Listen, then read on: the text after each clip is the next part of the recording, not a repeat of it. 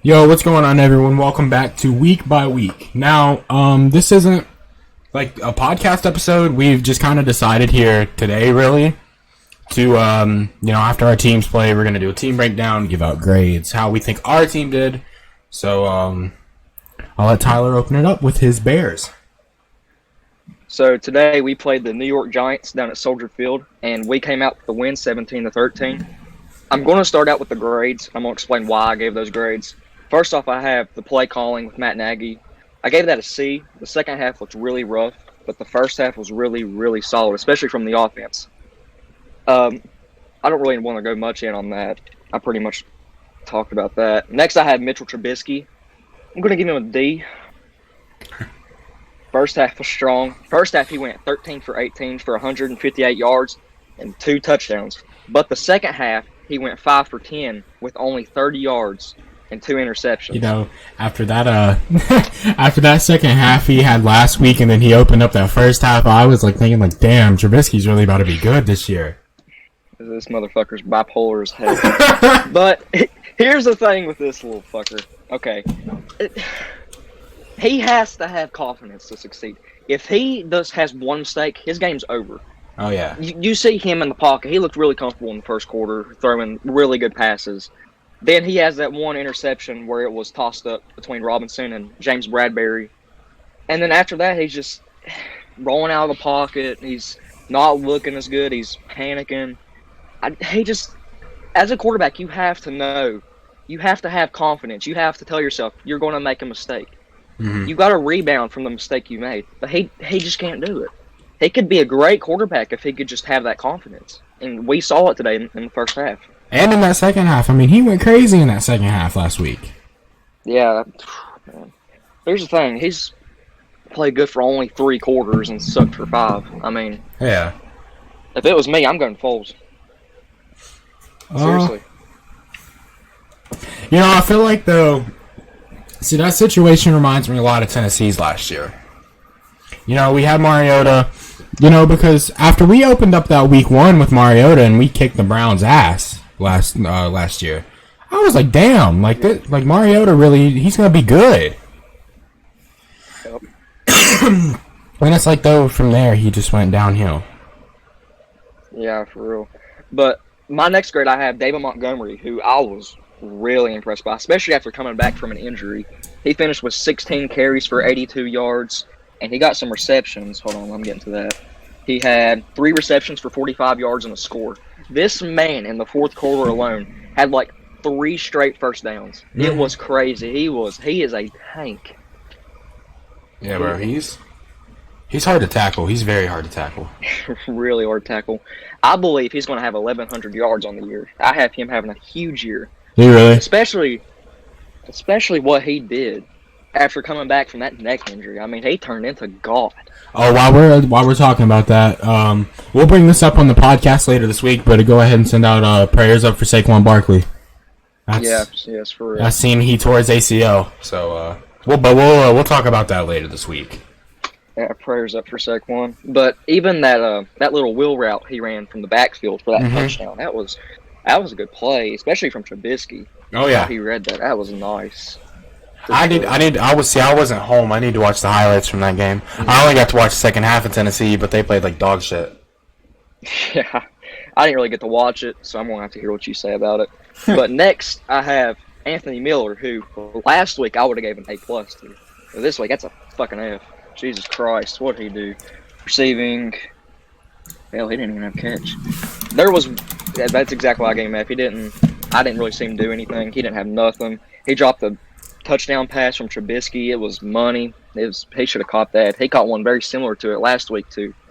The game-winning touchdown, pretty much. That's what sealed it. Mm-hmm. But he didn't do anything. But talking about receivers, I actually have 2 more grades here for receivers. Allen Robinson with a C. He got locked up by James Bradbury all game. I mean, I hope 3 receptions for 33 yards. I hope that conflict with the front office or whatever's going on, I hope that doesn't affect his play. Yeah, we was going to do a little trade rumor video, but I really think he's going to stay, so is there a point?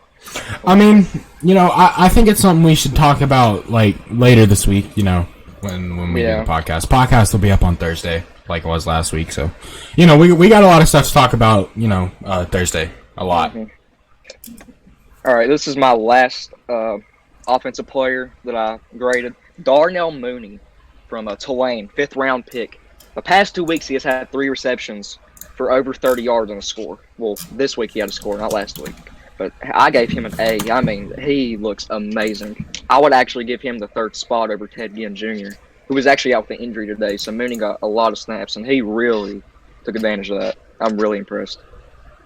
Do you know much about him? I don't know anything about him. I really don't.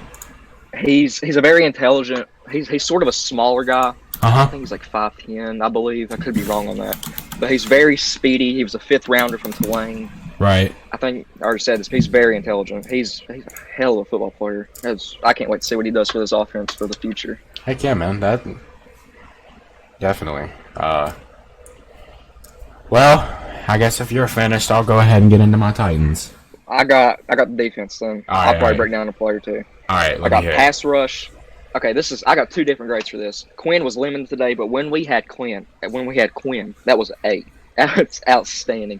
I'm pretty sure the first play was in. We got a forced fumble by him. Really? But without, I gave a C+. I actually gave Khalil Mack an A in the next one, but I'll tell you why I gave a C+. We had, forget his first name, but it's Waters. He was actually on the practice squad last year, but he played the last 3 games. I don't know why we didn't play Barkevius Mingo, because he's been solid, especially last game. But when Waters was in, dude, it was awful. Daniel Jones would always roll out to his side of the defense. I'm pretty sure it was right or left, one or the other. But he rolled out, and that's literally how they got their plays. Khalil Mack was there. He was getting the pass rush. But Waters, man, he couldn't do anything. But I'll finish it out quick here. I'll give Eddie Jackson A+. He's outstanding. Eddie Jackson. Oh, yeah, he's a beast. He should have had that pick 6, I think. He's a beast, yeah. But I got Jalen Johnson, the rookie, a B.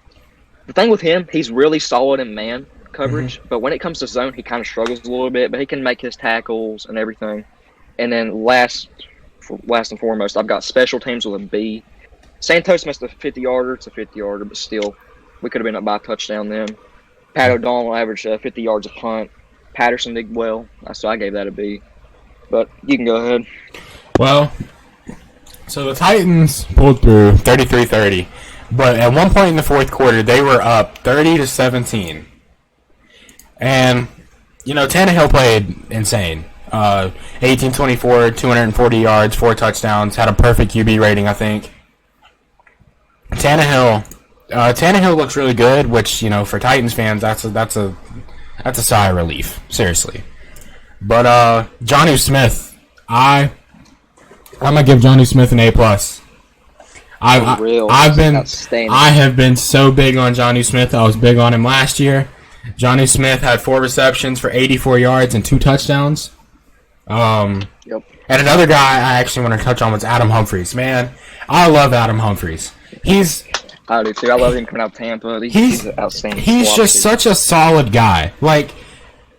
He's just that guy. If you need a quick pass to someone, that's who you're throwing to. Adam Humphries. There was one play where Miles Jack got pressure, and Tannehill kind of just threw it up, and Adam Humphries caught it back in the end zone in the 3rd quarter. And that was crazy, man. But Tannehill's definitely got an A. My A's are Tannehill, Jonnu played insane. Derrick Henry, I didn't expect Derrick Henry to be, crazy good off the start, because Derrick Henry's the type of guy that, as the season goes on, you got to kind of feed him more. Still ran 25 times, though, 84 yards, no touchdowns. People are, a lot of people are talking bad about it, but I bet come mid-season, Derrick Henry will be that Derrick Henry we seen last year. Seriously. Yeah, probably. But, it does kind of scare me with our defense. Our defensive front did not look good at all. It didn't. Gardner Minshew played really good. Props to Gardner. But our defense, the second half. But, just like Denver, though, the defense that second half kind of just fell apart. I don't know what happened. I mean, our defense, they look good the first half. They look good the first half against Denver. They look good the first half here against Jacksonville. I don't know what happened. I really don't. But one guy on the defense I will give an A to was Kenny Vaccaro. Kenny Vaccaro played out of his mind. He had 10 tackles. He got a sack. What about the interception? Harold Landry picked him off there at the end, and it was so weird because it bounced up in the air and he caught it. But one guy I want to give a shout out to on my Titans is Christian Fulton. Christian Fulton's the rookie out of LSU, and man, I love him. I seriously do. He's going to be legit, bro. Clowney, Clowney looked good. I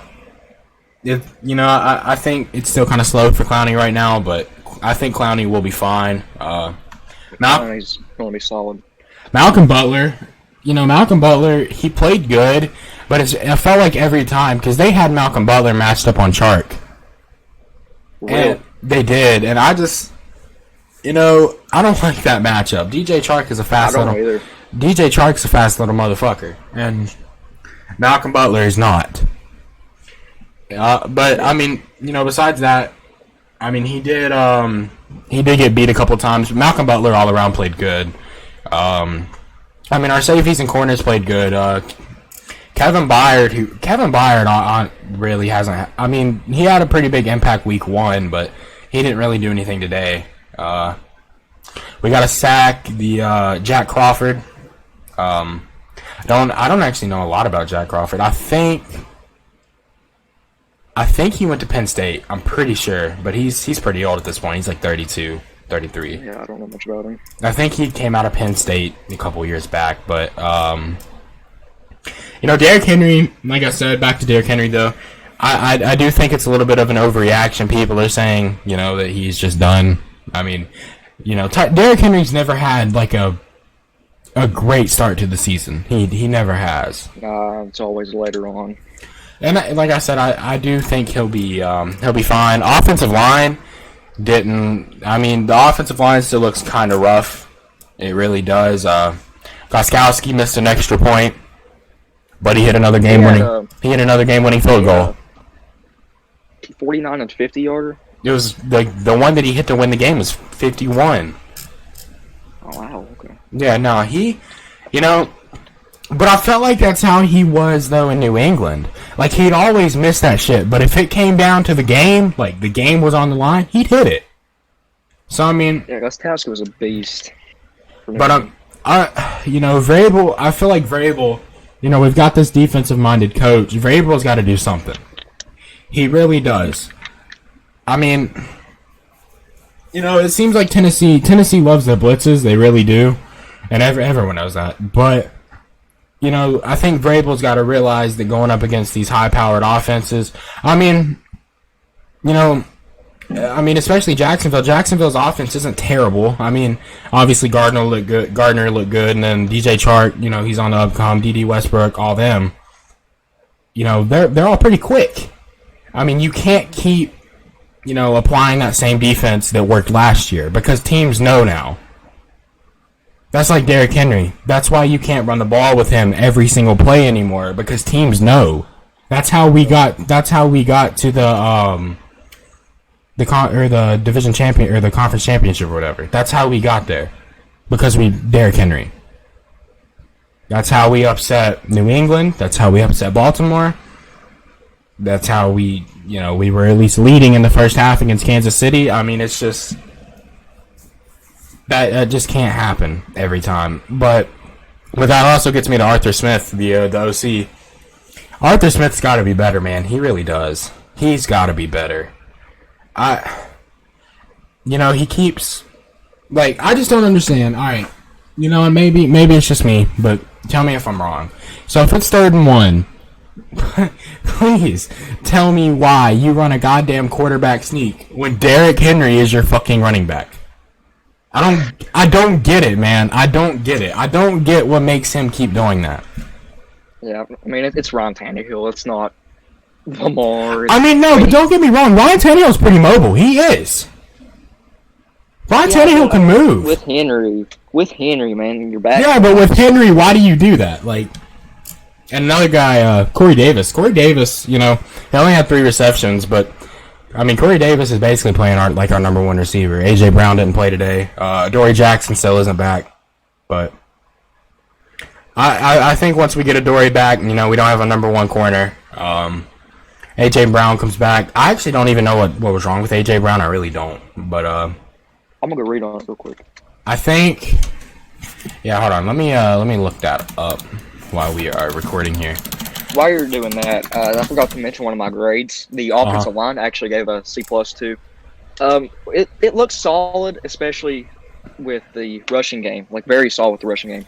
But there was times there where there was a few sacks given. I'm pretty sure they had 4 sacks on us, so I gave them a C+. It kind of just fell apart in the second half as a team all around. Oh yeah, I really don't know how to explain it. I mean, Titans only allowed 1 sack, and it was actually the rookie Kayvon Chason. I think he's out of Houston. I think that's where he went, or somewhere in Texas. So. But I like Kayvon Chason. I think he's going to be pretty good. I definitely think he'll be pretty good up front with Josh Allen. How do you feel about Jalen Johnson from Utah, our rookie corner? Like, what's your thoughts on him? Jalen Johnson. I feel like you asked me this not too long ago. Yeah, I did, but it wasn't on the podcast. I really can't remember what you said.